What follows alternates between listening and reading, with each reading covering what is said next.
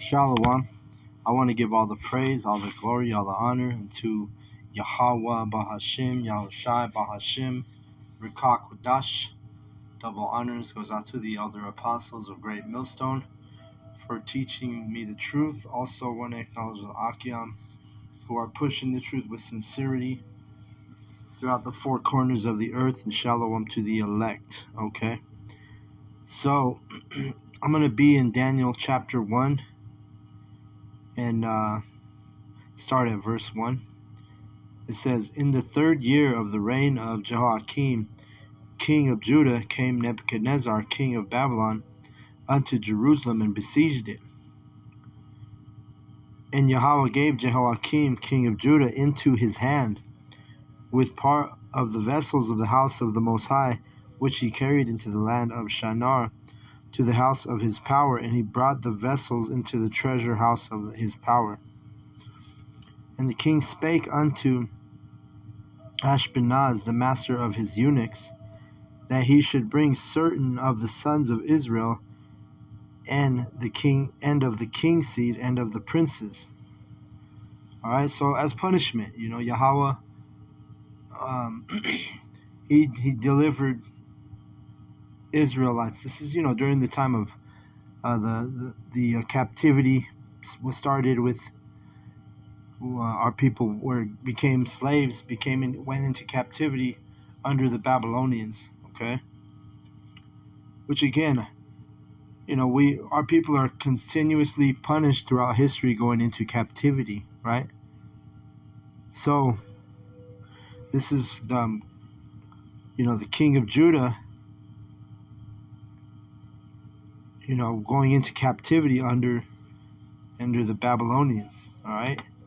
Which Nebuchadnezzar was the king of Babylon. And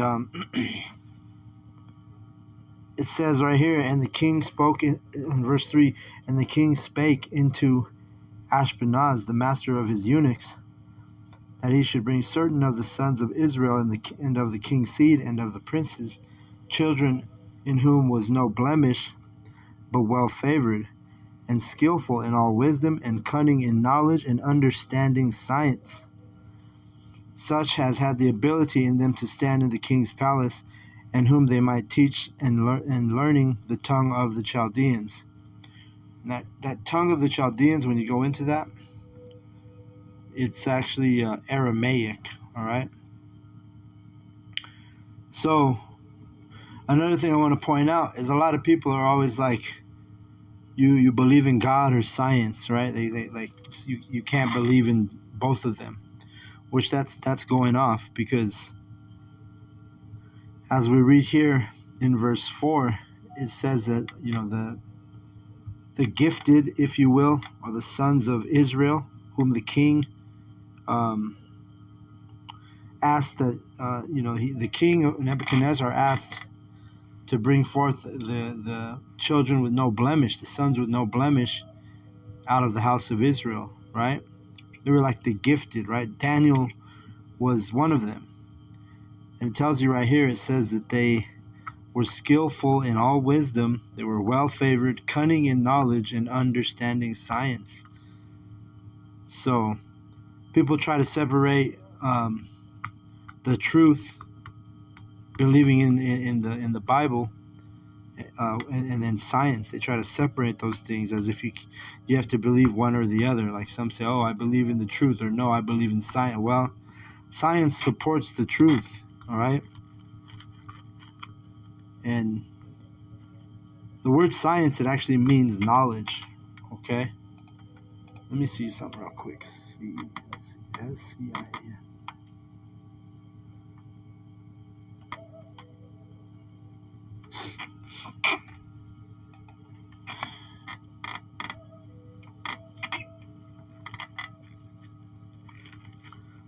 So the word science, I'll read the definition. Well, in archaic, it says knowledge of any kind. That's literally what science means, all right? The first definition says the systematic study of the structure and behavior of the physical and natural world through observation, experimentation and testing of theories against the evidence obtained. All right. So literally, the word science, to cut to the chase, it means knowledge. All right. So let's keep reading. But the king Nebuchadnezzar, he was basically calling out the, because remember, our people went into captivity under the Babylonians, and when he brought us in captivity, he asked for the gifted, basically, to be set apart. But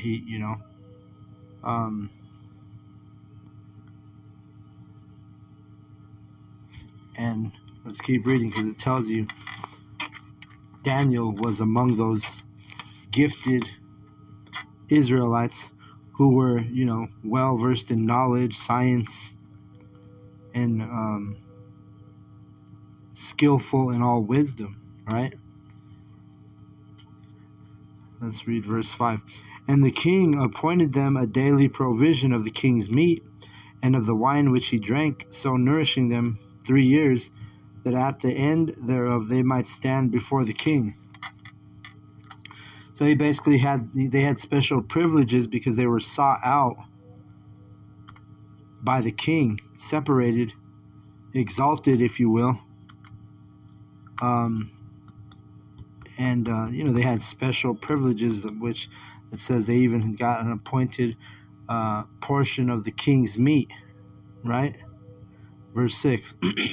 Now among these were of the children of Judah, Daniel, Hananiah, Mishael, and Azariah, unto whom the prince of the eunuchs gave names, for he gave unto Daniel. And remember, this is nothing new under the sun.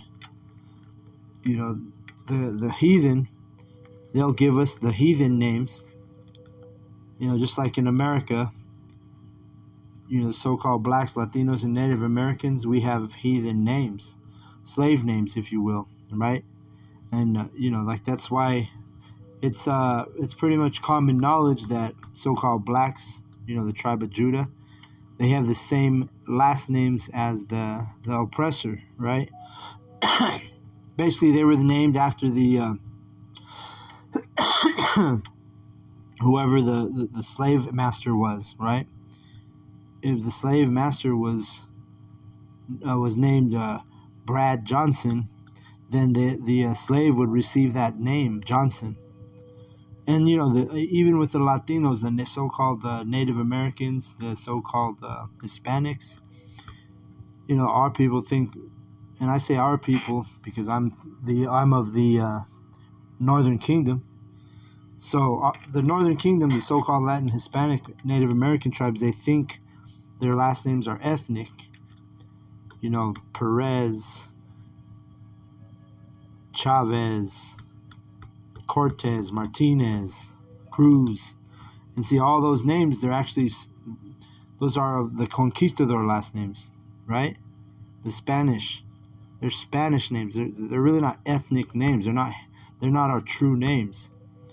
So you might think as a so-called Hispanic that you have an ethnic name, but it's actually, it's an Edomite name, right? The European names that they, are again, just like the so-called blacks, our Southern Kingdom brothers, they received names of the oppressor, and we also, whether we think our names are ethnic, they're really not. All those so-called Hispanic names, they're names that were given to you by the oppressor, because we had Hebrew names. Just like in this case, you have, the Babylonians gave the Israelites Babylonian names. Okay, so that's the point. It says in verse 7, unto whom the princes of the eunuchs gave names, for he gave unto Daniel the name of Belteshazzar, and to Hananiah of Shadrach, and to Mishael of Meshach, and to Azariah of Abednego. So they gave them Babylonian names, okay? And that's why when we come in this truth, Part of coming in this truth, you receive your Hebrew name, right? Because we're coming back into remembrance. Part of coming back to remembrance is getting a Hebrew name. Just like Jacob, right? Jacob wrestled with the angel of the Most High, and then what happened right after that? Yahweh called him Israel. So, just like right now, if you consider yourself Hispanic, and you come into this truth, and you realize you're an Israelite, those are things. This is part of the being born again or repentance, right?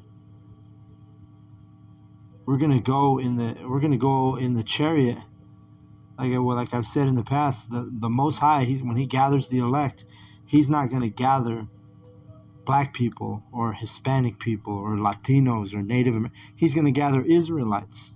He's gonna gather, and those Israelites, they're gonna have Hebrew names in the spirit, right? When we're in this truth, we pick our Hebrew name, So the point is that I'm reading here, these brothers, these Daniel, Hananiah, Mishael, and Azariah, they were all given heathen Babylonian names. So let's keep reading.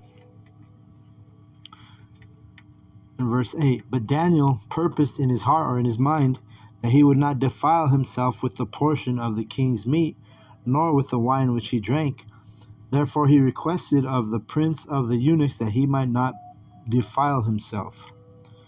All right? So even though Daniel was highly favored by Nebuchadnezzar and was given the privilege or the option to eat that king's meat and the provision of the king's meat, right? He was like, look, when I Googled it, I did the research, and Babylonians, sure enough, they ate pork, right? So part of the king's meat was that pork, which is unclean food. It's a violation of our dietary law. So Daniel, in his wisdom, he was like, nah, I don't care if the king is exalting me and offering me to eat eat at the king's table, eat the king's provision, eat the king's meat. He declined to eat that. That's what it's basically verse 8 is telling us. And that's what we do when we come in this truth, right? You come into the truth, you start to learn the laws of Yahweh Hashem Yahushai, and you should abandon things like, the dietary law. You should keep that. That's one of the first things. When you learn the dietary law, you should walk away from the unclean foods, which Yahweh commanded us not to eat, right? So anyway, let's keep reading. Now the Most High had brought Daniel into favor and tender love with the prince of the eunuchs. And the prince of the eunuchs said unto Daniel, I fear, my lord, that the king who hath appointed your meat and your drink, for why should he see your faces worse like than the children which are of your sort? Then shall ye make me endanger my head to the king. So he was worried about Daniel, and he was worried about his own well-being, right? The prince of the eunuchs, who was under the king Nebuchadnezzar. He's like, yo, you're I'm worried if you don't eat the king's meat, he's gonna hold me accountable, is what he's saying basically. Verse 11. Then said Daniel to Melzar, whom the prince of the eunuchs had set over Daniel, Hananiah, Mishael, and Azariah, prove thy servants, I beseech thee, 10 days, and let them give us pulse to eat and water to drink. Then let our countenances be looked upon before thee, and the countenance of the sons that eat of the portion of the king's meat, and as thou seest, deal with thy servants. So Daniel basically proposed a challenge, right? He's like, look, we're not gonna eat of the king's meat. He was gonna change his diet, and he's like, let's see whose countenance, that means facial appearance. Let's see who looks better after these 10 days, and then you can decide what's up, right? So verse 15, at the end of the 10 days, their countenances appeared fairer and fatter in the flesh than all the sons which did eat the portion of the king's meat. Thus Melzar took away the portion of their meat and the wine that they should drink, and gave them pulse. And I'm actually going to look that up.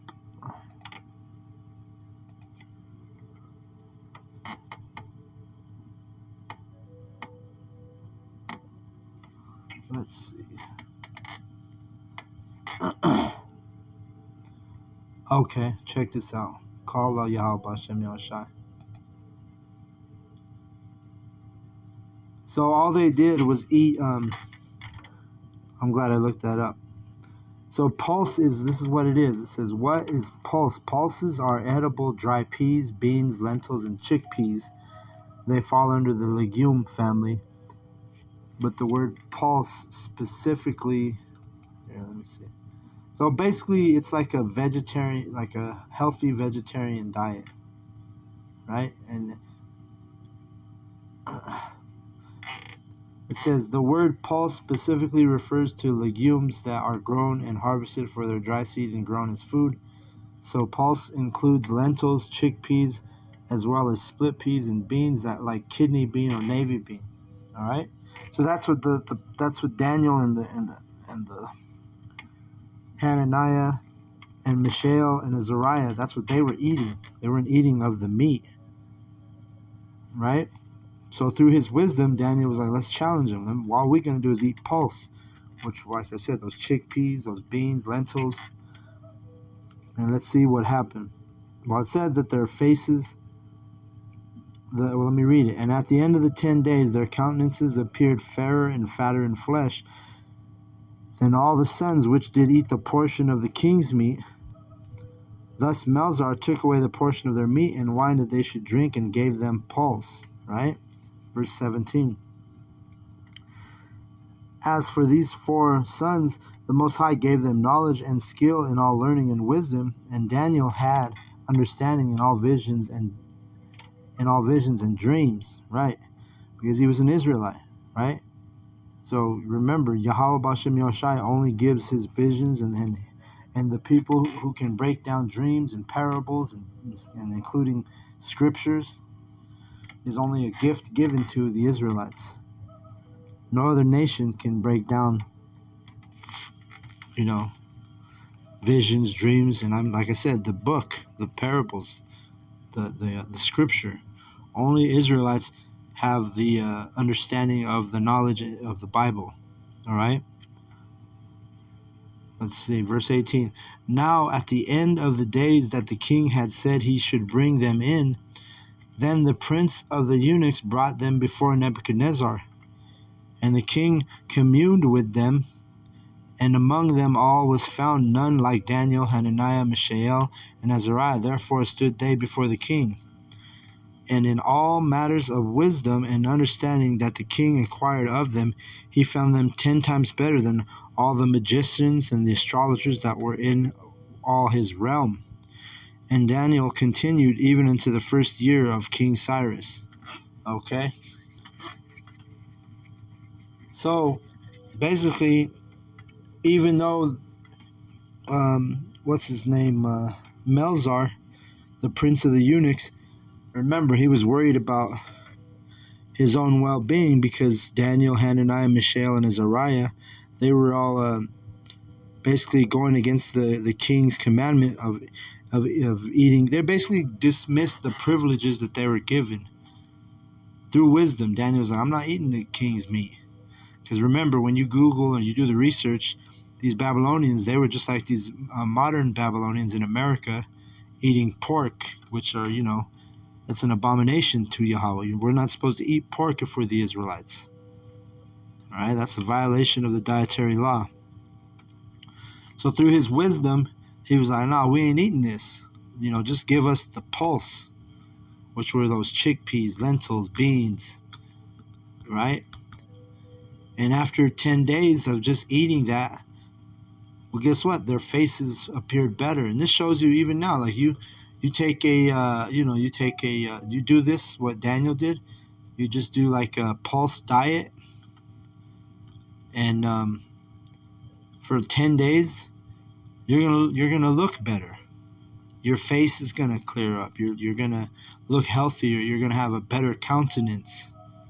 And remember, countenance is your face, the appearance of your face. So it's not a bad idea, man. Like sometimes we fast, just to afflict the body. And it's good for you to fast. You do a 24-hour fast, or even longer if you can. And there's a lot of good things that come out of a fast. Also, when you change your diet.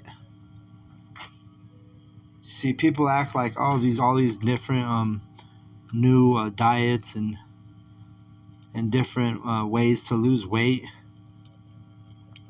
and different ways to feel better, healthy, feel more healthy. They act like these things are new, but as we read here, you could call this like a vegetation. What do you call it?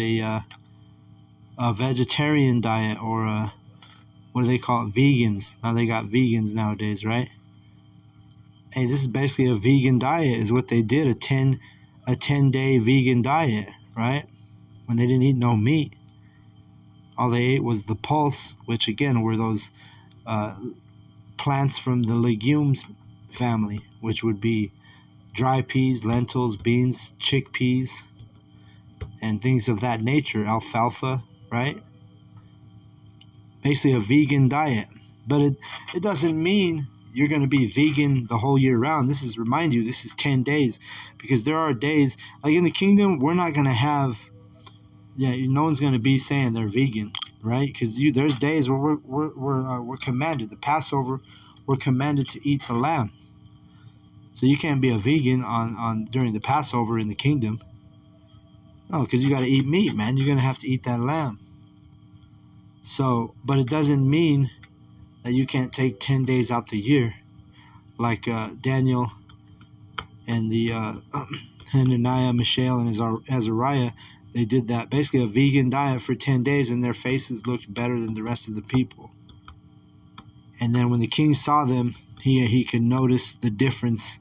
And it even says he found them 10 times better than all the magicians and astrologers that were in all his realm.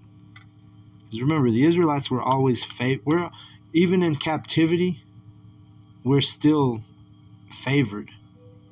We're still, we're the people of Yahweh Bashem Yahushai, right? So we're above all the other nations. And when we do things like this example I'm reading, change the diet, hey, you're going to see the change and the benefit in your countenance. You're going to feel healthy. So this is nothing new under the sun, right? Get that real quick.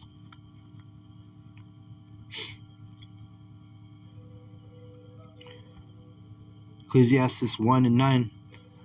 The thing that hath been, it is which shall be, and that which is done, it is that which shall be done, and there is no new thing under the sun, right? So these people, they might think they have all these different diet fads in Babylon, America. Vegans, vegetarians, pescatarians, whatever diet, with keto, they have so many different diet fads that have came out. Well, guess what? Nothing new under the sun, man. Daniel and his brothers, hey, man, they did that vegan, or if you want to call it vegetarian diet, and we're reading about it right here in Daniel chapter 1. And again, there's benefits to that. When you change your diet, it's going to change even your appearance of your face.